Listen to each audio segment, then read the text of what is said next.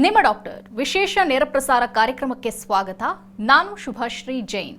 ಒತ್ತಡದ ಜೀವನ, ಬದಲಾಗ್ತಿರುವ ಜೀವನ ಶೈಲಿ, ಜನರಿಗೆ ನೂರಾರು ಆರೋಗ್ಯ ಸಮಸ್ಯೆ, ಯಾವ ಸಮಸ್ಯೆಗೆ ಯಾವ ಚಿಕಿತ್ಸೆ ಅನ್ನೋದೇ ದೊಡ್ಡ ಚಿಂತೆ.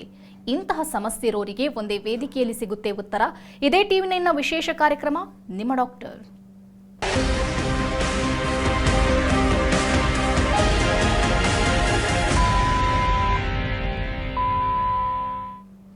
ಸ್ಟ್ರೋಕ್, ಹೆಡ್ ಇಂಜುರಿ ಮತ್ತು ಸ್ಪೈನಲ್ ಕಾರ್ಡ್ ಇಂತಹ ಸಮಸ್ಯೆಗೆ ಏನಾದರೂ ತುತ್ತಾದರೆ ಅತಿಯಾದ ಕಾಳಜಿ ಮತ್ತು ಸರಿಯಾದ ಚಿಕಿತ್ಸೆಯ ಅಗತ್ಯ ಇರುತ್ತೆ. ಒಂದ್ಸಲ ಆಪರೇಷನ್ ಆದರೆ ಮುಗೀತು ಅಂತ ನಾವು ಭಾವಿಸ್ತೇವೆ, ಆದರೆ ರೋಗಿಗೆ ಆಪರೇಷನ್ ನಂತರದಲ್ಲೂ ಚಿಕಿತ್ಸೆಯ ಅಷ್ಟೇ ಕಾಳಜಿಯ ಅಗತ್ಯವೂ ಇರುತ್ತೆ. ಇದರ ಜೊತೆಗೆ ಆತನ ಆತ್ಮಸ್ಥೈರ್ಯ ತುಂಬುವಂತಹ ಕೆಲಸವೂ ಆಗಬೇಕಿದೆ. ಈ ಕಾರ್ಯವನ್ನ ಸಾಕ್ರಾ ವರ್ಲ್ಡ್ ಹಾಸ್ಪಿಟಲ್ನಲ್ಲಿ ನ್ಯೂರೋ ರಿಹ್ಯಾಬಿಟೇಷನ್ ಮೂಲಕ ಮಾಡಲಾಗ್ತಿದೆ.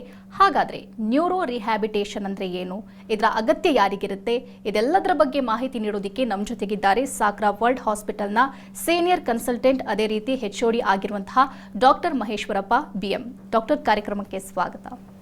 ನಮಸ್ಕಾರ.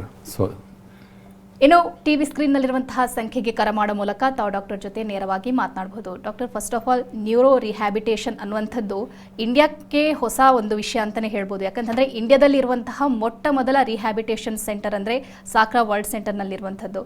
ಸೊ ನ್ಯೂರೋ ರಿಹ್ಯಾಬಿಟೇಷನ್ ಸೆಂಟರ್ ಅಂದರೆ ಏನು ಆ್ಯಕ್ಚುಲಿ?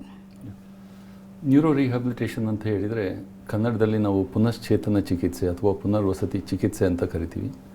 ಈ ಪುನರ್ವಸತಿ ಚಿಕಿತ್ಸೆ ಈ ವೈದ್ಯಕೀಯ ಕ್ಷೇತ್ರದಲ್ಲಿ ಒಂದು ಅಂಗ ಅಂತ ಹೇಳ್ಬೋದು.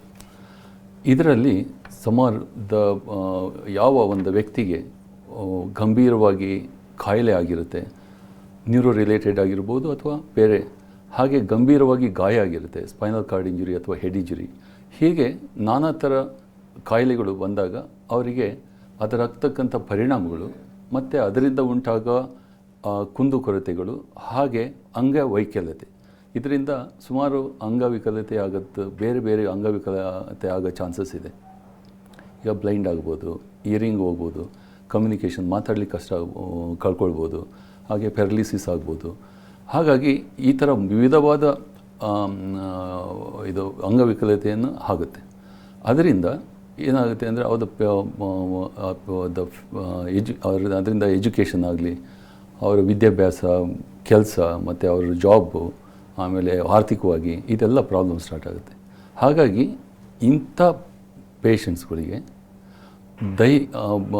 ಶಸ್ತ್ರಚಿಕಿತ್ಸೆ ಮತ್ತು ಔಷಧಿ ಚಿಕಿತ್ಸೆಯಿಂದ ಅಷ್ಟೇ ಅಲ್ಲ, ಅವರಿಗೆ ಈ ಪುನರ್ವಸತಿ ಚಿಕಿತ್ಸೆ ಅನ್ನೋದು ದೈಹಿಕ ಚಿಕಿತ್ಸೆ, ಮಾನಸಿಕ ಚಿಕಿತ್ಸೆ ಮತ್ತು ಸಾಮಾಜಿಕ ಚಿಕಿತ್ಸೆಯ ಉಪಯೋಗಪಟ್ಟು ಅವರಿಂದ ಈ ಡಿಸೆಬಿಲಿಟಿ, ಅಂಗವಿಕಲತೆಯನ್ನು ಕಡಿಮೆ ಮಾಡಿ ಅವರಿಗೆ ಒಂದು ಇಂಡಿಪೆಂಡೆಂಟ್, ಸ್ವತಂತ್ರವಾದ ಜೀವನವನ್ನು ನಡೆಸ್ಬೋದು. ಹಾಗಾಗಿ ಒಂದು ಸೆಲ್ಫ್ ರೆಸ್ಪೆಕ್ಟು ಜಾಸ್ತಿ ಆಗುತ್ತೆ. ಹಾಗಾಗಿ ಅವರಿಗೆ ಇದಕ್ಕಿಂತ ಆಗ್ತಕ್ಕಂಥ ಪರಿಣಾಮಗಳು, ಲಾಸ್ ಇದೆಯಲ್ಲ, ಅದನ್ನು ಸಹ ಅದರಿಂದ ಉಪಯೋಗ ಪಡ್ಕೋಬೋದು. ಓಕೆ ಡಾಕ್ಟರ್, ಇನ್ನು ಯಾವೆಲ್ಲ ಡಿಸೀಸ್ಗೆ ಈ ನ್ಯೂರೋ ರಿಹ್ಯಾಬಿಟೇಷನನ್ನು ಬಳಸಲಾಗುತ್ತೆ?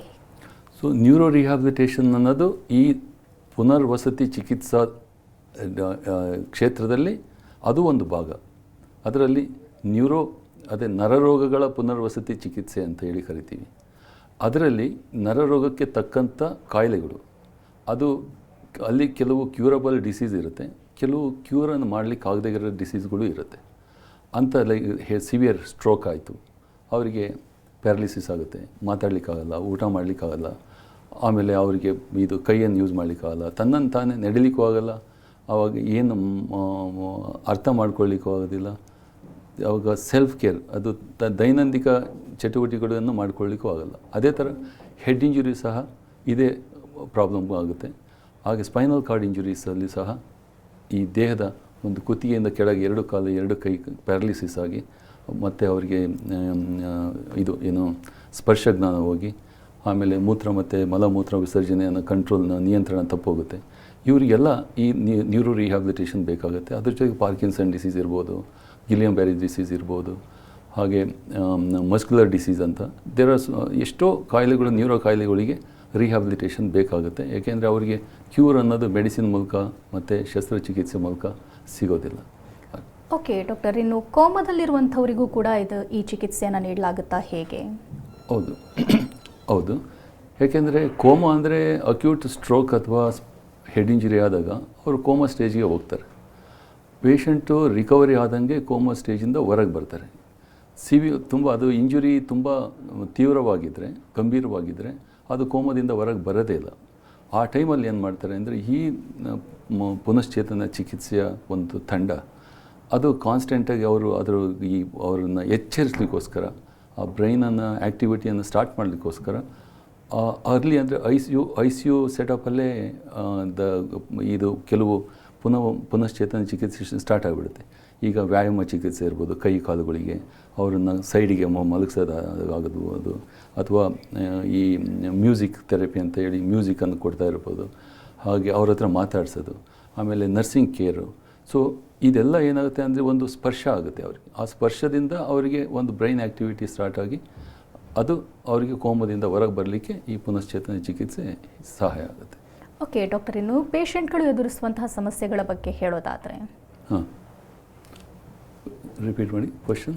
ಪೇಷಂಟ್ಗಳು ಎದುರಿಸುವಂಥ ಸಮಸ್ಯೆಗಳ ಬಗ್ಗೆ ಹೇಳೋದಾದರೆ? ಹಾಂ, ಸೊ ಒಂದು ಸ್ಟ್ರೋಕ್ ಆಗಲಿ, ಹೆಡ್ ಇಂಜುರಿ ಆಗಲಿ, ಸ್ಪೈನಲ್ ಕಾರ್ಡ್ ಇಂಜುರಿ ಆಗಲಿ, ಇದರಲ್ಲಿ ಏನಾಗುತ್ತೆ ಅಂದರೆ ಫಸ್ಟು ಇಂಪಾರ್ಟೆಂಟು ಪ್ಯಾರಲಿಸಿಸ್.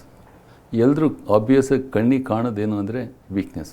ಕೈ ಮೂವ್ ಆಗೋದಿಲ್ಲ, ಕಾಲು ಮೂವ್ ಆಗೋದಿಲ್ಲ, ಎದ್ದು ಕುತ್ಕೊಳ್ಳಿಕ್ಕಾಗಲ್ಲ, ಟರ್ನ್ ಮಾಡಲಿಕ್ಕಾಗಲ್ಲ, ಮತ್ತು ಅವರಿಗೆ ಸ್ಪರ್ಶ ಜ್ಞಾನ ಇರೋದಿಲ್ಲ.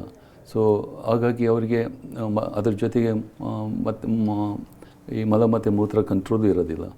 ಹಾಗಾಗಿ ಇವ್ರಿಗೆಲ್ಲ ಈ ಭಾಗ ಇರೋದ್ರಿಂದ, ಈ ವೀಕ್ನೆಸ್ ಇರೋದ್ರಿಂದ ಅವರಿಗೆ ಒಂದು ಇಂಡಿಪೆಂಡೆಂಟಾಗಿ ಜೀವನ ನಡೆಸಲಿಕ್ಕೆ ಕಷ್ಟ ಆಗುತ್ತೆ.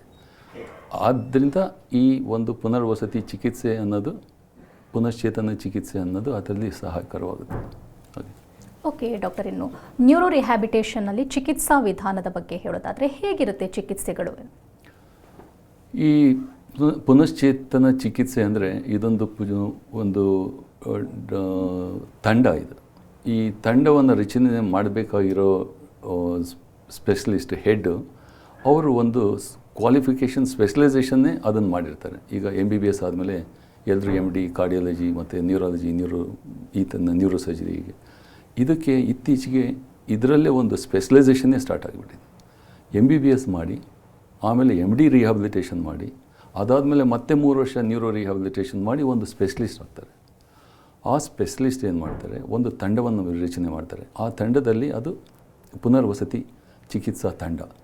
ಅದರಲ್ಲಿ ರಿಹ್ಯಾಬಿಲಿಟೇಷನ್ ನರ್ಸಸ್ ಅಂತ ಇರ್ತಾರೆ, ನ್ಯೂರೋ ರಿಹ್ಯಾಬಿಲಿಟೇಷನ್ನು ನ್ಯೂಟ್ರಿಷನಿಸ್ಟ್ ಇರ್ತಾರೆ, ಅದರ ಜೊತೆಗೆ ಫಿಸಿಯೋಥೆರಪಿಸ್ಟು, ಆಕ್ಯುಪೇಷನಲ್ ಥೆರಪಿಸ್ಟ್ ಅಂತ ಇರ್ತಾರೆ, ಆಮೇಲೆ ಸ್ಪೀಚ್ ಆ್ಯಂಡ್ ಸ್ವಾಲೋಯಿಂಗ್ ಥೆರಪಿಸ್ಟ್ ಅಂತ ಇರ್ತಾರೆ, ಆರ್ಥೋಟಿಕ್ ಪ್ರಾಸ್ಥೆಟಿಕ್ಸು, ಕ್ಲಿನಿಕಲ್ ಸೈಕಾಲಜಿಸ್ಟು. ಆಮೇಲೆ ಹೀಗೆ ಒಂದು ದೊಡ್ಡ ಒಂದು ತಂಡವನ್ನೇ ರಚನೆ ಮಾಡ್ತಾರೆ. ಏಕೆಂದರೆ ಈ ನ್ಯೂರೋ ಡಿಸೀಸ್ ಆದಾಗ ಅವರಿಗೆ ಬೇರೆ ಬೇರೆ ಚಿಕಿತ್ಸೆ ಬೇಕಾಗುತ್ತೆ. ಒಂದೇ ಫಿಸಿಯೋಥೆರಪಿ ಅಷ್ಟೇ ಅಲ್ಲ, ಅವರಿಗೆ ನರ್ಸಿಂಗ್ ಕೇರು, ಇದೆಲ್ಲ ಈ ಒಂದು ತಂಡ ರಚನೆ ಮಾಡೋದ್ರಿಂದ ಅವರಿಗೆ ಪ್ರತಿಯೊಬ್ಬೊಬ್ಬರು ಒಂದೊಂದು ರೋಲ್ ಇದೆ ಅವ್ರು ಮಾಡಲಿಕ್ಕೆ.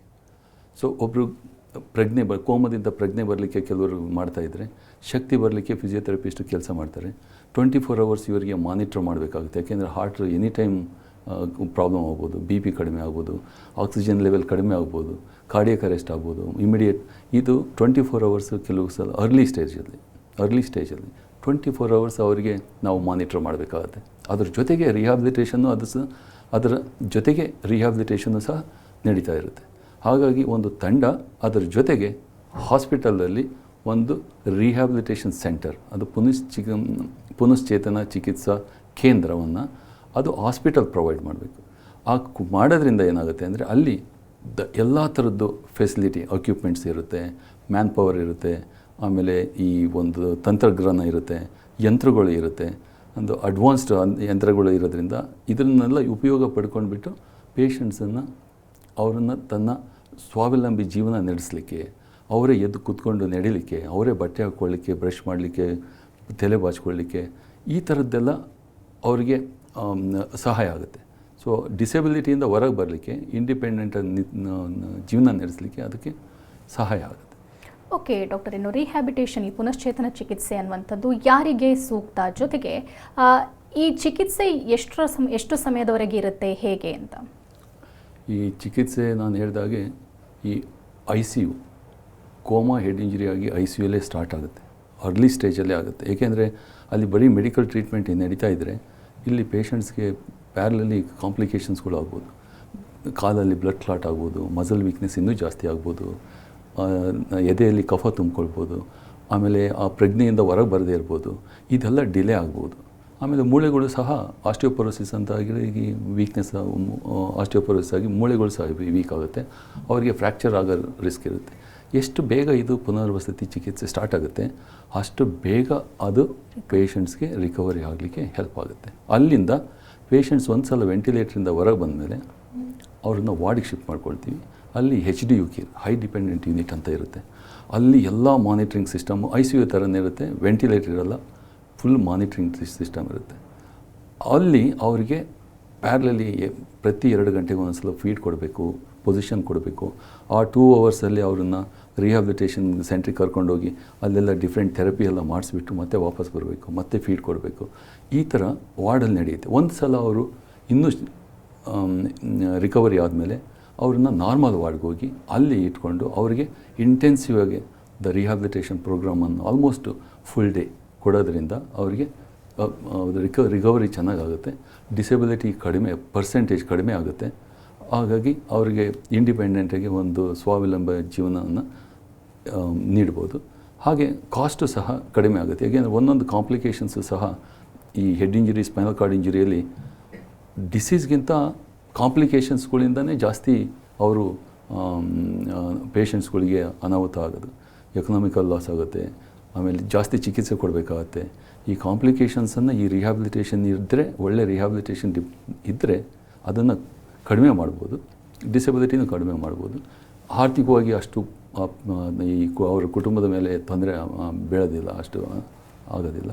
ಮತ್ತು ವಾಪಸ್ ತನ್ನ ಜಾಬ್ಗೆ ಹೋಗಲಿಕ್ಕೆ ಅಥವಾ ಈ ರಿಹ್ಯಾಬಿಲಿಟೇಷನ್ನಲ್ಲಿ ಪುನರ್ವಸತಿಯಲ್ಲಿ ಅವರಿಗೆ ಆ ಕೆಲಸ ಮಾಡೋಕ್ಕಾಗಲಿಲ್ಲ ಅಂತಂದರೆ ಅವ್ರಿಗೊಂದು ತರಬೇತಿ ಕೊಡಬೇಕಾಗತ್ತೆ. ಯಾವುದು ಅವನ ಒಂದು ವಿದ್ಯೆಗೆ ಏನು ಆಲ್ಟರ್ನೇಟಿವ್ ಅವನಿಗೆ ಕೆಲಸ ಕೊಡ್ಬೋದು, ಟ್ರೈನಿಂಗ್ ಕೊಡ್ಬೋದು, ಅದನ್ನು ಕೊಟ್ಬಿಟ್ಟು ಮತ್ತೆ ಅವನ್ನ ಸಮಾಜದಲ್ಲಿ ವಾಪಸ್ ಕೊಟ್ಟು ಕಳಿಸಿ ಅವನ್ನ ಎಲ್ಲರ ಜೊತೆ ಸಮಾಜದಲ್ಲಿ ಇಂಡಿಪೆಂಡೆಂಟಾಗಿ ಒಂದು ಡಿಗ್ನಿಫೈಡ್ ಗೌರವದಂಥ ಜೀವನ ನಡೆಸಲಿಕ್ಕೆ ಸಹಾಯ ಆಗುತ್ತೆ. ಓಕೆ ಡಾಕ್ಟರ್, ತಾವೇ ಹೇಳ್ದಂಗೆ ಅಂದರೆ ಆಪ್ರೇಷನ್ಗಿಂತ ಮುಂಚೆಯೂ ಇದರ ಅಗತ್ಯ ಇರುತ್ತೆ, ಆಪ್ರೇಷನ್ನ ನಂತರದಲ್ಲೂ ಕೆಲವರಿಗೆ ಇದರ ಅಗತ್ಯ ಇದ್ದೇ ಇರುತ್ತೆ. ಆದರೆ ಎಲ್ಲರೂ ಏನು ಅನ್ಕೋತಾರೆ ಅಂತಂದರೆ ಒಂದ್ಸಲ ಆಪ್ರೇಷನ್ ಮಾಡಿಬಿಟ್ರೆ ಸಾಕು, ಅಲ್ಲಿಗೆ ನಮ್ಮ ಕೆಲಸ ಮುಗಿದ್ಬಿಡ್ತು ಅಂತ ಅನ್ಕೋತಾರೆ. ಆದರೆ ಎಷ್ಟು ಅಗತ್ಯ ಇದೆ ರಿಹ್ಯಾಬಿಟೇಷನ್ ಚಿಕಿತ್ಸೆಯ ಆಪ್ರೇಷನ್ನ ನಂತರದಲ್ಲೂ ಕೂಡ? ಎಲ್ಲ ಪೇಷಂಟ್ಸ್ಗಳು ಸಹ ನ್ಯೂರೋ ಪೇಷಂಟ್ಸ್ಗಳಿಗೆ ಆಪ್ರೇಷನ್ ಬೇಕಿಲ್ಲ. ಈಗ ಸ್ಟ್ರೋಕ್ ಆಗಿರೋರಿಗೆ ಎಷ್ಟೋ ಜನಕ್ಕೆ ಸರ್ಜರಿ ಬೇಕಿಲ್ಲ, ಸರ್ಜರಿ ಬೇಕೇ ಇರೋದಿಲ್ಲ. ಅವ್ರನ್ನ ಮೆಡಿಕಲಿ ಸ್ಟೇಬಲ್ ಮಾಡಿ ಅವ್ರನ್ನ ರಿಹ್ಯಾಬಿಲಿಟೇಷನ್ಗೆ ಟ್ರಾನ್ಸ್ಫರ್ ಮಾಡಿಬಿಡ್ತಾರೆ. ಆದರೆ ಕೆಲವು ಹೆಡ್ ಇಂಜುರಿ ಒಳಗೆ ಹೋಗಿ ಒಳಗಡೆ ಕ್ಲಾಟ್ ಆಗಿದ್ದರೆ, ಸ್ಟ್ರೋಕ್ ಆಗಿ ಒಳಗಡೆ ಮ್ಯಾಸಿವ್ ಕ್ಲಾಟ್ ಆಗಿದ್ದರೆ, ಇನ್ಫಾಕ್ಟ್ ಆಗಿ ಬ್ರೈನ್ ಸ್ವೆಲ್ಲಿಂಗ್ ಬರ್ತಾಯಿದ್ರೆ, ಅಥವಾ ಸ್ಪೈನಲ್ ಕಾರ್ಡ್ ಇಂಜುರಿ ಆಗಿ ಅದು ಕಂಪ್ರೆಷನ್ ಆಗಿದ್ದರೆ ಅವರಿಗೆ ಶಸ್ತ್ರಚಿಕಿತ್ಸೆ ಮಾಡಿಬಿಟ್ಟು ಆಮೇಲೆ ರಿಹ್ಯಾಬಿಲಿಟೇಷನ್ಗೆ ಕಳಿಸ್ತಾರೆ. ಇಲ್ಲಿ ಸರ್ಜರಿ ಬೇಕಾಗದೇ ಇರೋ ಕಾಯಿಲೆಗಳಲ್ಲಿ ಅವರಿಗೆ ಮೆಡಿಕಲಿ ಸ್ಟೇಬಲ್ ಆದ ತಕ್ಷಣ ರಿಹ್ಯಾಬಿಲಿಟೇಷನ್ಗೆ ಪೇಷಂಟ್ಸ್ಗಳು ಟ್ರಾನ್ಸ್ಫರ್ ಆಗ್ತಾರೆ. ಅಲ್ಲಿ ಅದು ಸತತವಾಗಿ ಹಂತವಾಗಿ ಅಲ್ಲಿ ಪುನರ್ವಸತಿ ಚಿಕಿತ್ಸೆ ಸಿಗೋದ್ರಿಂದ ಅವರಿಗೆ ಗುಣ ಆಗ್ತಕ್ಕಂಥ ಚಾನ್ಸಸ್ ಜಾಸ್ತಿ ಇರುತ್ತೆ. Okay doctor, advanced neuro rehabilitation ಅಂತಂದರೆ ಈ ನಾನು ಕೆಲಸ ಮಾಡ್ತಾ ಇರೋದು ಸಾಕ್ರಾ ವರ್ಲ್ಡ್ ಹಾಸ್ಪಿಟಲ್ ಅಂತ ಹೇಳಿ, ಅಲ್ಲಿ state of the art the rehabilitation ಸೆಟಪ್ಪನ್ನು ಮಾಡಿದ್ದೀವಿ.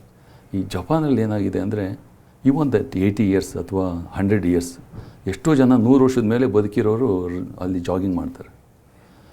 ಅಂಥವ್ರಿಗೆ ಸ್ಟ್ರೋಕ್ ಆದರೆ 80 ವರ್ಷದಲ್ಲಿ ಸ್ಟ್ರೋಕ್ ಆದರೆ ಅವರನ್ನು ರಿಕವರಿ ಮಾಡಿ ಅವರನ್ನು ಮತ್ತೆ ಅರ್ಲಿ ಮಾರ್ನಿಂಗ್ ಜಾಗಿಂಗ್ ಮಾಡಲಿಕ್ಕೆ ಸ್ಟಾರ್ಟ್ ಮಾಡಿಸ್ತಾರೆ. ಸೊ ಆ ಲೆವೆಲ್ಲಿಗೆ ರಿಹ್ಯಾಬಿಲಿಟೇಷನ್ಗೆ ಇಂಪಾರ್ಟೆನ್ಸ್ ಕೊಡ್ತಾರೆ. ಅದು ಜಪಾನ್. ಇದು ಜಾಪನೀಸ್ ಹಾಸ್ಪಿಟಲ್ ಇರೋದ್ರಿಂದ ಈ ಪುನರ್ವಸತಿ ಚಿಕಿತ್ಸಾ ಡಿಪಾರ್ಟ್ಮೆಂಟ್ಗೆ ಅವರು ಜಾಸ್ತಿ ಮಹತ್ವ ಕೊಟ್ಬಿಟ್ಟು ಅಲ್ಲಿ ಹೇಗೆ ಜಪಾನಲ್ಲಿ ನಡೆಯುತ್ತೆ ಅದೇ ಥರನೇ ಇಲ್ಲಿಯೂ ಸಹ ನಡಿಬೇಕು ಅನ್ನೋ ಒಂದು ದೃಷ್ಟಿಯಿಂದ ಇದನ್ನು ಅಡ್ವಾನ್ಸ್ಡ್ ರಿಹ್ಯಾಬಿಲಿಟೇಷನ್ ಸೆಟಪ್ ಇದೆ. ಇಲ್ಲಿ ಏನು ಅಂದರೆ ಒಂದು ತಂಡ, ನಾನು ಹೇಳಿದೆ, ಒಂದು ರಿಹ್ಯಾಬಿಲಿಟೇಷನ್ ಮಾಡಿರೋ ಒಬ್ಬರು ಸ್ಪೆಷಲಿಸ್ಟನ್ನು, ಆ ರಿಹ್ಯಾಬಿಲಿಟೇಷನ್ ಮಾಡಿರೋ ಒಂದು ಸೂಪರ್ ಸ್ಪೆಷಲೈಸೇಷನ್ ಮಾಡಿರೋ ಒಬ್ಬರು ಡಾಕ್ಟ್ರನ್ನ ಇಟ್ಬಿಟ್ಟು ಅದಕ್ಕೆ ಬೇಕಾಗಿರೋ ತಂಡ, ನ್ಯೂರೋ ಫಿಸಿಯೋಥೆರಪಿಸ್ಟು, ನ್ಯೂರೋ ನರ್ಸಸ್ಸು, ಒಂದು ತಂಡವನ್ನು ಕೊಟ್ಟಿದ್ದಾರೆ. ಅದರ ಜೊತೆಗೆ ಒಂದು ಹ್ಯೂಜ್ ಸ್ಪೇಸ್, ಎಂಟೈರ್ ಒಂದು ಫ್ಲೋರನ್ನೇ ರಿಹ್ಯಾಬಿಲಿಟೇಷನ್ಗೋಸ್ಕರ ಪ್ರೈವೇಟ್ ಹಾಸ್ಪಿಟಲ್ಲಿ ಕೊಟ್ಟಿದ್ದಾರೆ. ಹಾಗೆಯೇ ನಮಗೆ ಬೇಕಾಗಿರೋ ಬೇಸಿಕ್ ವ್ಯಾಯಾಮ ಚಿಕಿತ್ಸೆಯಿಂದ ಹಿಡಿದುಬಿಟ್ಟು ಬೇಸಿಕ್ ಸ್ಪೀಚ್ ಲ್ಯಾಂಗ್ವೇಜ್ ಥೆರಪಿಯಿಂದ ಹಿಡಿದು ಬೇಸಿಕ್ ಕ್ಲಿನಿಕಲ್ ಸೈಕಾಲಜಿಯಿಂದ ಹಿಡಿದು ಅಡ್ವಾನ್ಸ್ಡ್ ಯಂತ್ರೋಪಕರಣಗಳನ್ನು ಮತ್ತು ತಂತ್ರಜ್ಞಾನವನ್ನು ಲೈಕ್ ರೋಬೋಟಿಕ್ಸ್ ಹ್ಯಾಂಡ್ ರೋಬೋಟ್ಸ್. ಇಲ್ಲೇನು ಅಂದರೆ ಇವಾಗ ಈ ನಾವು ಕನ್ವೆನ್ಷನಲ್ ನಾರ್ಮಲಿ ಥೆರಪಿ ಕೊಡೋದ್ರಿಂದ ಮತ್ತು ಅಡ್ವಾನ್ಸ್ಡ್ ಥೆರಪಿಯಿಂದ ರೋಬೋಟಿಕ್ಸ್ ಕೊಡೋದ್ರಿಂದ ಅದರ ರಿಸಲ್ಟ್ಸ್ ರಿಕವರಿ ಇನ್ನೂ ಜಾಸ್ತಿ ಇರುತ್ತೆ. ಅದೇ ಥರ ಒಂದು advanced robotics, lower limb robotics, ಅದು ನಡಿಲಿಕ್ಕೆ, ನಿಂತ್ಕೊಳ್ಳಿಕ್ಕೆ, ನಡಿಲಿಕ್ಕೆ. ಈಗ ಅಕ್ಯೂಟ್ ಸ್ಟ್ರೋಕ್ ಅಥವಾ ಹೆಡ್ ಇಂಜುರಿ ಆಗಿರೋನಿಗೆ 4 ಜನ ಫಿಸಿಯೋಥೆರಪಿಸ್ಟು ಬೇರೆ ಸ್ಟಾಫೆಲ್ಲ ನಿಲ್ಲಿಸ್ಲಿಕ್ಕೆ ಕಷ್ಟಪಡ್ತೀವಿ, ನಿಲ್ಲಿಸ್ಲಿಕ್ಕೆ ಆಗೋದಿಲ್ಲ. ಹೆಜ್ಜೆ ಹಾಕಲಿಕ್ಕಂತೂ ಇನ್ನೂ, ಆದರೆ ನಿಲ್ಲಿಸ್ಲಿಕ್ಕೆ ಆಗದ ಸ್ಟೇಜಲ್ಲಿ ಅವರಿಗೆ ಈ ರೋಬೋಟ್ ಅನ್ನೋದು ಸುಮಾರು 1 ಕಿಲೋಮೀಟ್ರ್ ವಾಕ್ ಮಾಡಿಸುತ್ತೆ. ಈ ಥರ ರೋಬೋಟ್ ನಡೆಸೋದ್ರಿಂದ ಅವ್ರ ನರ್ವಸ್ ಸಿಸ್ಟಮು ಬೇಗ ಇಂಪ್ರೂವ್ ಆಗುತ್ತೆ. ಆ ಬ್ರೈನಿಗೂ ಸಹ ಒಂದು ಪ್ರಚೋದನೆ ಕೊಡುತ್ತೆ, ನರ್ವಸ್ ಸಿಸ್ಟಮನ್ನು ಆ್ಯಕ್ಟಿವೇಟ್ ಮಾಡುತ್ತೆ. ಹಾಗಾಗಿ ಬೇಗ ಮೂಮೆಂಟ್ಸ್ ಬರುತ್ತೆ, ಕಾಂಪ್ಲಿಕೇಶನ್ಸ್ ಕಡಿಮೆ ಆಗುತ್ತೆ. ಹಾಗಾಗಿ ಆ ಪೇಷಂಟ್ ನಡಿಲಿಕ್ಕೆ ಆದಷ್ಟು ಬೇಗ ನಡ್ಕೊಂಡು ಮನೆಗೆ ಹೋಗ್ಬೋದು. ಅದೇ ಥರ ವರ್ಚುವಲ್ ರಿಯಾಲಿಟಿ, ಹೈಪರ್ಬೇರಿಕ್ ಆಕ್ಸಿಜನ್ ಥೆರಪಿ ಅಂತ ಹೇಳ್ಬಿಟ್ಟು ಪೇಷಂಟ್ಸ್ಗೆ ಹೆಡ್ ಇಂಜುರಿ ಅಥವಾ ನ್ಯೂರೋ ಡಿಸೀಸಸ್ಗೆ ಒಂದು ಹೈ ಪ್ರೆಷರ್ ಆಕ್ಸಿಜನನ್ನು 100% ಆಕ್ಸಿಜನನ್ನು ಕೊಟ್ಟು ಅದರಿಂದ ಸಹ ಕೆಲವು ಸೆಲ್ಸನ್ನು ರಿಕವರಿ ಮಾಡ್ತಕ್ಕಂಥದ್ದು. ಹಾಗೆ ಬೇರೆ ಬೇರೆ ಸ್ಟಿಮ್ಯುಲೇಟರ್ಸ್ ಇದೆ, ಫಂಕ್ಷನಲ್ ವಾಕರ್ಸ್ ಇದೆ, ಫಂಕ್ಷನಲ್ ಎಲೆಕ್ಟ್ರಿಕಲ್ ಸ್ಟಿಮ್ಯುಲೇಷನ್ ಅಂತ ಹೇಳ್ತೀವಿ, ವರ್ಚುವಲ್ ರಿಯಾಲಿಟಿ ಅಂತ ಹೇಳ್ತೀವಿ. ಇದೇನು ಅಂದರೆ ಅಡ್ವಾನ್ಸ್ಡ್ ಕಂಟ್ರಿಲಿ ಮಾತ್ರ ಇದು ಸಿಗುತ್ತೆ. ಅದೇ ಥರ ಈ ಸಾಕ್ರಾ ವರ್ಲ್ಡ್ ಹಾಸ್ಪಿಟಲ್ ಅವರು ತಂದುಬಿಟ್ಟು ಇದನ್ನು ಸೆಟಪ್ ಮಾಡಿದ್ದಾರೆ. ಹಾಗೆ ರಿಹ್ಯಾಬಿಲಿಟೇಷನ್ ವಾರ್ಡ್ ಕೊಟ್ಟಿದ್ದಾರೆ, ಒಂದು HDU ಅಂತ ಹೇಳಿ ಹೈ ಡಿಪೆಂಡೆಂಟ್ ವಾರ್ಡ್ ಕೊಟ್ಟಿದ್ದಾರೆ. ಇದೆಲ್ಲ ಈ ಫೆಸಿಲಿಟಿ ಕೊಟ್ಟಿರೋದ್ರಿಂದ ಏನಾಗ್ತಾಯಿದೆ ಅಂದರೆ ಪೇಷಂಟ್ಗಳು, ನ್ಯೂರೋ ಪೇಷಂಟ್ಸ್ಗಳು ಅವರು ಚೆನ್ನಾಗಿ ರಿಕವರಿ ಆಗಿಬಿಟ್ಟು ಒಂದು ಸಮಾಜಕ್ಕೆ, ಒಂದು ಕುಟುಂಬಕ್ಕೆ ಸೇರೋದೇ ಅಲ್ಲ, ಸಮಾಜದಲ್ಲಿ ಅವನು ವಾಪಸ್ ತನ್ನ ವಿದ್ಯೆಗೆ ಹೋಗಿ ಈ ಇಂಡಿಪೆಂಡೆಂಟ್ ಕೆಲಸ ಮಾಡಿ ತನ್ನ ಆರ್ಥಿಕವಾಗಿ ಅವನು ಮುಂದೆ ಬರಲಿಕ್ಕೂ ಸಹಾಯ ಆಗ್ತಾಯಿದೆ. ಓಕೆ ಡಾಕ್ಟರ್, ಇನ್ನು ಇಂಡಿಯಾದಲ್ಲಿರುವಂಥ ಮೊದಲ ರಿಹ್ಯಾಬಿಟೇಷನ್ ಸೆಂಟರ್ ಇದು, ಈ ಐಡಿಯಾ ಬಂದಿರೋದು ಹೇಗೆ? ನಾನು ಆ್ಯಕ್ಚುಲಿ MD ಇನ್ ಈ ರಿಹ್ಯಾಬಿಲಿಟೇಷನ್ ಅನ್ನೋದು ಸಾಮಾನ್ಯವಾಗಿ ಮೆಡಿಕಲ್ ಕಾಲೇಜಲ್ಲಿ ಇತ್ತು ಸುಮಾರು 25 ಇಯರ್ಸ್ ಬ್ಯಾಕ್. ಪ್ರೈವೇಟ್ ಹಾಸ್ಪಿಟಲ್ ಅಂದರೆ ಕೆಲವೇ ಒಂದು ಮೆಡಿಕಲ್ ಕಾಲೇಜಸ್, ಪ್ರೈವೇಟ್ ಮೆಡಿಕಲ್ ಕಾಲೇಜಸಲ್ಲಿ ಅಂದರೆ ಚಾರಿಟಬಲ್ ಹಾಸ್ಪಿಟಲಲ್ಲಿತ್ತು. ನಾನು MD ಮುಗಿಸಿದ ಮೇಲೆ ನಮ್ಮ head of the department AIIMS ಡೆಲ್ಲಿಲಿ ಏನು ಹೇಳಿದರು ಅಂದರೆ, you should go back to Karnataka. ಅಲ್ಲಿ ಹೋಗ್ಬಿಟ್ಟು ಇದೊಂದು ಕರ್ನಾಟಕದಲ್ಲಿ ಒಂದು ಡಿಪಾರ್ಟ್ಮೆಂಟನ್ನು ಸೆಟಪ್ ಮಾಡಬೇಕು, ಏಕೆಂದರೆ ಕರ್ನಾಟಕದಲ್ಲಿ ರಿಹ್ಯಾಬಿಲಿಟೇಷನ್ ಸೆಟಪ್ ಇಲ್ಲ, ಅದನ್ನು ನೀನು ಸೆಟಪ್ ಮಾಡಬೇಕು ಅಂತ ಹೇಳಿದರು. ಸೊ ಹಾಗಾಗಿ ನಾನು ವಾಪಸ್ ಬಂದು ಮತ್ತೆ ನಿಮ್ಯಾನ್ಸಲ್ಲಿ ಜಾಯ್ನ್ ಆಗಿ ನ್ಯೂರೋ ರಿಹ್ಯಾಬಿಲಿಟೇಷನ್ನ 3 ವರ್ಷ ಮಾಡಿ ಮತ್ತು ಮಣಿಪಾಲದಲ್ಲಿ ಫಸ್ಟ್ ರಿಹ್ಯಾಬಿಲಿಟೇಷನ್ ಡಿಪಾರ್ಟ್ಮೆಂಟನ್ನು ಸ್ಟಾರ್ಟ್ ಮಾಡಿದೆ. That was the first corporate hospital ಇಡೀ ಇಂಡಿಯಾದಲ್ಲೇ ಸ್ಟಾರ್ಟ್ ಮಾಡಿದ್ದು. ಅದಾದಮೇಲೆ ಲಾಸ್ಟ್ 10 ಇಯರ್ಸಿಂದ ಒಂದು ರಿಹ್ಯಾಬಿಲಿಟೇಷನನ್ನು ನಾನು ಸಾಕ್ರಾ ವರ್ಲ್ಡ್ ಹಾಸ್ಪಿಟಲಲ್ಲಿ ಮಾಡಿ, ಇವಾಗ ಇದು ಒಂದು state of the heart facility, unique ಒಂದು ಡಿಪಾರ್ಟ್ಮೆಂಟನ್ನು ಮಾಡಬೇಕು. ಇದು ಇಂಟರ್ನ್ಯಾಷನಲ್ ಸ್ಟ್ಯಾಂಡರ್ಡ್ ಇರಬೇಕು. ಆ ಮಟ್ಟಕ್ಕೆ ನನ್ನ ಒಂದು ಏಮ್ ಇತ್ತು. ಆ ಮಟ್ಟಕ್ಕೆ ಒಂದು ಡಿಪಾರ್ಟ್ಮೆಂಟನ್ನು ಕ್ರಿಯೇಟ್ ಮಾಡಬೇಕು ಅಂತೇಳಿ ಅದು ಆ ಲೆವೆಲಿಗೆ ರೀಚ್ ಆಗಿದೆ. ಹೀಗಾಗಿ ಇವಾಗ ಪ್ರಪಂಚದ ಎಲ್ಲ ಕಡೆಯಿಂದನೂ ಪೇಷಂಟ್ಸ್ಗಳು ರಿಹ್ಯಾಬಿಲಿಟೇಷನ್ಗೋಸ್ಕರ ಬರ್ತಾರೆ. ಅಲ್ಲಿಂದ ICUಯಿಂದ ರಿಕವರಿ ಆಗಿ ಸ್ಟೇಬಲ್ ಆದ ತಕ್ಷಣ ಫ್ಲೈಟಲ್ಲಿ ಅವ್ರನ್ನ ಇಲ್ಲಿಗೆ ಶಿಫ್ಟ್ ಮಾಡಿ, ಅವ್ರನ್ನ ಅಡ್ಮಿಟ್ ಮಾಡಿ, ಅವ್ರಿಗೆ ರಿಹ್ಯಾಬಿಲಿಟೇಷನ್ ಕೊಟ್ಟು ಮತ್ತೆ ಒಂದು 2 ಮಂತ್ 3 ಮಂತ್ಸ್ ಆದಮೇಲೆ ವಾಪಸ್ಸು ಅಮೇರಿಕಾಗೂ ಹೋಗಿದ್ದಾರೆ, ಇಂಗ್ಲೆಂಡ್ಗೂ, ಲಂಡನ್ಗೂ ಹೋಗಿದ್ದಾರೆ, ಆಸ್ಟ್ರೇಲಿಯಾಗೂ ಹೋಗಿದ್ದಾರೆ, ಮಿಡ್ಲ್ ಈಸ್ಟ್ಗೆ ಹೋಗಿದ್ದಾರೆ. ಸೊ ಆಲ್ಮೋಸ್ಟ್ ಎಲ್ಲ ಕಂಟ್ರಿಯಿಂದ ಹೇಳಿದ್ದಾರೆ. ಅಷ್ಟೇ ಅಲ್ಲ, ಅಬ್ರಾಡಿಂದ ಬರ್ತಕ್ಕಂಥ ಡಾಕ್ಟ್ರುಗಳು ಹೇಳಿದರು, ಇಂಥ ಫೆಸಿಲಿಟಿ ಇವನ್ ನಾವು ಇಂಗ್ಲೆಂಡಲ್ಲೇ ನಾವು ನೋಡಲಿಲ್ಲ ಅಂತ ಹೇಳಿ. ಹಾಗಾಗಿ ನಂದು ಏಮ್ ಇತ್ತು, ಒಂದು ಬೆಸ್ಟ್ ಡಿಪಾರ್ಟ್ಮೆಂಟನ್ನು ಒಂದು ಎಕ್ಸಾಂಪಲ್ ಆಗಿ ಮಾಡಿ ಇಡೀ ಇಂಡಿಯಾದಲ್ಲಿ ಎಲ್ಲ ಪ್ರೈವೇಟ್ ಹಾಸ್ಪಿಟಲಲ್ಲಿ ಸಹ ಇದನ್ನು ಸ್ಟಾರ್ಟ್ ಮಾಡಬೇಕು ಅನ್ನೋ ಒಂದು ದೃಷ್ಟಿಯಿಂದ ನಾನು ವಾಪಸ್ಸು ಕರ್ನಾಟಕಕ್ಕೆ ಬಂದೆ, ಅದನ್ನು ಸೆಟಪ್ ಮಾಡಿದೆ. ಇವಾಗ ಡಿಪಾರ್ಟ್ಮೆಂಟ್ ತುಂಬ ಜನಕ್ಕೆ ಅನುಕೂಲ ಆಗ್ತಾಯಿದೆ. ಸುಮಾರು 1000 ಪೇಷಂಟ್ಸ್ ರಿಕವರಿ ಆಗಿ ವಾಕ್ ಮಾಡ್ಕೊಂಡು ಮನೆಗೆ ಹೋಗ್ತಾರೆ. ಸೊ ಇದಕ್ಕೆ ಎಷ್ಟೋ ಎಕ್ಸಾಂಪಲ್ಸ್ಗಳು ಇದೆ. Really great doctor. ಇನ್ನು ತಾವು ನೋಡಿರುವಂಥ ಸ್ಪೆಷಲ್ ಕೇಸಸ್ ಬಗ್ಗೆ ಹೇಳೋದಾದರೆ? ಒಂದು ಇದು ಹೋದ ವರ್ಷ ಆಲ್ಮೋಸ್ಟ್ 1 ಇಯರ್ ಬ್ಯಾಕ್ ಅಮೇರಿಕದಲ್ಲಿ ನ್ಯೂಸ್ ಚಾನಲಲ್ಲಿ ಬಂತು, ಅಮೇರಿಕನ್ ನ್ಯೂಸ್ ಚಾನಲಲ್ಲಿ ಬಂತು. ನಮಗೆ ಗೊತ್ತಿರಲಿಲ್ಲ, ನಾವು ಪೇಷಂಟನ್ನು ಇದೇನು ಟ್ರೀಟ್ ಮಾಡಿದ್ವಿ ಅಂತ. ಅಲ್ಲೇನಾಗುತ್ತೆ ಅಂದರೆ ಬೆಳಿಗ್ಗೆ ಬೈಕಲ್ಲಿ ಹೋಗಬೇಕಾದ್ರೆ ಮ್ಯಾಸಿವ್ ಆಕ್ಸಿಡೆಂಟ್ ಆಗುತ್ತೆ, ಹೆಡ್ ಇಂಜುರಿ ಆಗುತ್ತೆ. ಹೆಡ್ ಇಂಜುರಿ ಆದಾಗ ಸುಮಾರು ಒಂದು 2-3 ಡೇಸಲ್ಲಿ ಅವರು ಅಮೇರಿಕದಲ್ಲಿ ಡಿಸಿಷನ್ ತೊಗೊಂಡ್ಬಿಡ್ತಾರೆ, ಇಲ್ಲ ಹೆಡ್ ಇಂಜುರಿ ಸಿವಿಯರ್ ಇದೆ, 1% ಚಾನ್ಸು ಇಲ್ಲ ಅವನು ಬದುಕಲಿಕ್ಕೆ, ಹಾಗಾಗಿ ಈ ಪೇಷಂಟನ್ನು ನೀವು ಸೈನ್ ಮಾಡಿದರೆ ನಾವು ವೆಂಟಿಲೇಟರ್ನ ತೆಗಿತೀವಿ, ನಾವು ಹಾಗೆ ಅವನ್ನ ಬಿಟ್ಬಿಡ್ಬೋದು, so that he will dye.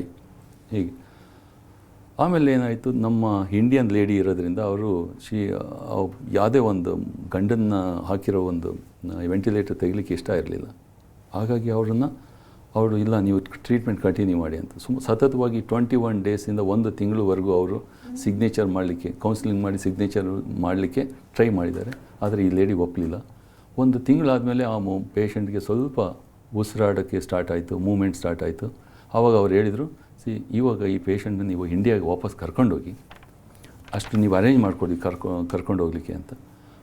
ಆವಾಗ ಆ ವೈಫ್ ಸುಮಾರು 1 ತಿಂಗಳು ಅದನ್ನು ಅರೇಂಜ್ಮೆಂಟ್ ಎಲ್ಲ ಮಾಡಿ ಇಂಡಿಯಾದಲ್ಲಿ ಒಂದು ಹಾಸ್ಪಿಟ್ಲನ್ನು ನೋಡಿ ಎಲ್ಲಿ ನ್ಯೂರೋ ರಿಹ್ಯಾಬಿಲಿಟೇಷನ್ ಚೆನ್ನಾಗಿದೆ ಅಂತ ನೋಡಿ ಅವರನ್ನು ಒಂದು ಸ್ಪೆಷಲ್ ಫ್ಲೈಟ್ ಮಾಡಿ ಅಲ್ಲಿ ವೆಂಟಿಲೇಟರ್ ವಿತ್ ICU ಎಲ್ಲ ICU ಅರೇಂಜ್ಮೆಂಟ್ ಮಾಡಿಕೊಂಡು 5 ದೇಶಕ್ಕೆ ಹೋಗಿ ಅಲ್ಲಿ ಲ್ಯಾಂಡ್ ಆಗಿ, ಯಾಕೆಂದರೆ ಫ್ಯೂಯಲ್ಗೆ ಪ್ರತಿಯೊಂದು ಕಂಟ್ರಿಲಿ ಫ್ಯೂಯಲ್ಗೋಸ್ಕರ ಎಂಟೈರ್ ತಂಡ ಬಂದುಬಿಟ್ಟು HAL ಏರ್ಪೋರ್ಟಲ್ಲಿ ಹಿಡಿದು ನಮ್ಮ ಸಾಕ್ರಾ ವರ್ಲ್ಡ್ ಹಾಸ್ಪಿಟಲ್ಲಿಗೆ ನ್ಯೂರೋ ರಿಹ್ಯಾಬಿಲಿಟೇಷನ್ಗೋಸ್ಕರ ಬಂದು ಆ ರಿಹ್ಯಾಬಿಲಿಟೇಷನ್ ಸುಮಾರು ಒಂದು 4-5 ತಿಂಗಳ ಕಾಲ ನಡೆಯುತ್ತೆ. ಅದರಿಂದ ಅವನು ಕೋಮದಿಂದ ಹೊರ ಬರ್ತಾನೆ, ಮಾತಾಡ್ಲಿಕ್ಕೆ ಸ್ಟಾರ್ಟ್ ಮಾಡ್ತಾನೆ, ಊಟ ಮಾಡ್ಲಿಕ್ಕೆ ಸ್ಟಾರ್ಟ್ ಮಾಡ್ತಾನೆ, ಆಮೇಲೆ ಅವನಿಗೆ ಪ್ರಜ್ಞೆ ಬರುತ್ತೆ, ಮೆಮೊರಿ ಬರುತ್ತೆ, ಆಮೇಲೆ ಎದ್ಬಿಟ್ಟು ನಡಿಲಿಕ್ಕೆ ಸ್ಟಾರ್ಟ್ ಮಾಡ್ತಾನೆ. ಇದು ಯಾಕೆ ಸ್ಟಾರ್ಟ್ ಆಯಿತು, ಏಕಾಯಿತು ಅಂದರೆ ಇದು ಅಡ್ವಾನ್ಸ್ಡ್ ನ್ಯೂರೋ ರಿಹ್ಯಾಬಿಲಿಟೇಷನ್ ಸೆಟಪ್ ಇರೋದ್ರಿಂದ ಇದು ಸಾಧ್ಯತೆ ಆಯಿತು. ಅವನು ವಾಪಸ್ ಇವಾಗ ಅದೇ ಕಂಪನಿಗೆ ಹೋಗಿ ಜಾಬ್ ಮಾಡ್ತಾಯಿದ್ದಾನೆ. ಅಲ್ಲಿ ಅಮೇರಿಕದಲ್ಲಿ ಏನು ಹೇಳಿದ್ರು 1% ಚಾನ್ಸ್ ಇಲ್ಲ, ಲೆಸ್ ದೆನ್ 1% ಸರ್ವೈವಲ್ ರೇಟ್ ಇದೆ, ಇವನು ಬದುಕೋದಿಲ್ಲ ಅಂದನು. ಇವತ್ತು ವಾಪಸ್ಸು ಅದೇ ಕಂಪ್ನಿಗೆ ಹೋಗಿ ಕೆಲಸ ಮಾಡೋ ಮಟ್ಟಕ್ಕೆ ಇಂಪ್ರೂವ್ ಆಗಿರೋದ್ರಿಂದ ಇದು ಬಿಗ್ ಹಿಟ್. ಅಮೇರಿಕದಲ್ಲಿ ಒಂದು ದೊಡ್ಡ TV ಚಾನಲ್ ಬಂದುಬಿಟ್ಟು ಇಡೀ ವರ್ಲ್ಡ್ ವೈಡ್ ಅದು ಇದು ಮಾಡ್ತಾರೆ. ಹಾಗಾಗಿ ಇದನ್ನು ಸಹ ಇದೊಂದು ಸ್ಪೆಷಲ್ ಕೇಸ್ ಅಂತ ಹೇಳಿ ನಾನು ಪರಿಗಣಿಸ್ತೀನಿ. ಥ್ಯಾಂಕ್ ಯು ಡಾಕ್ಟರ್, ಸಾಕಷ್ಟು ಮಾಹಿತಿ ನೀಡಿದ್ರಿ. Thank you very much. ಇನ್ನು ವೀಕ್ಷಕರೇ, ಡಾಕ್ಟರನ್ನು ನೇರವಾಗಿ ಭೇಟಿಯಾಗಬೇಕು ಅಂದರೆ ಅಡ್ರೆಸ್ ಪ್ಲೇಟ್ ಇಂತಿದೆ, ನೋಟ್ ಮಾಡ್ಕೊಳ್ಳಿ. Sakra world hospital, outer ring road, Marathahalli, Bellandur, Bengaluru 560103. ದೂರವಾಣಿ ಸಂಖ್ಯೆ 08049694969. ಇದು ಇವತ್ತಿನ ನಿಮ್ಮ ಡಾಕ್ಟರ್. ನಿರಂತರ ಸುದ್ದಿಗಾಗಿ ನೋಡ್ತಾ ಇರಿ TV9.